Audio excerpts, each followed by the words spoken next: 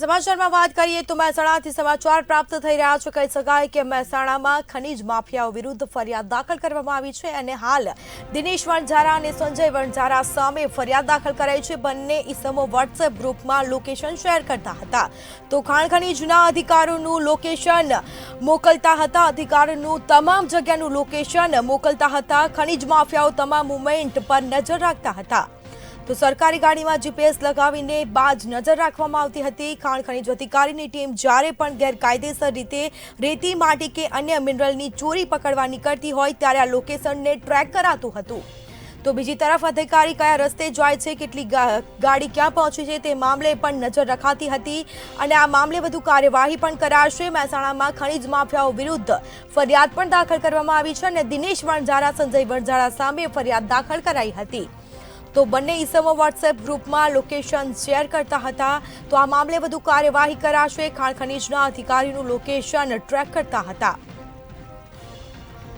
તો ખાણ ખનીજના અધિકારીઓનું લોકેશન એકબીજાને મોકલતા હતા, તમામ જગ્યાનું લોકેશન મોકલવામાં આવતું હતું। ખનીજ માફિયાઓ તમામ મૂવમેન્ટ પર નજર રાખતા હતા।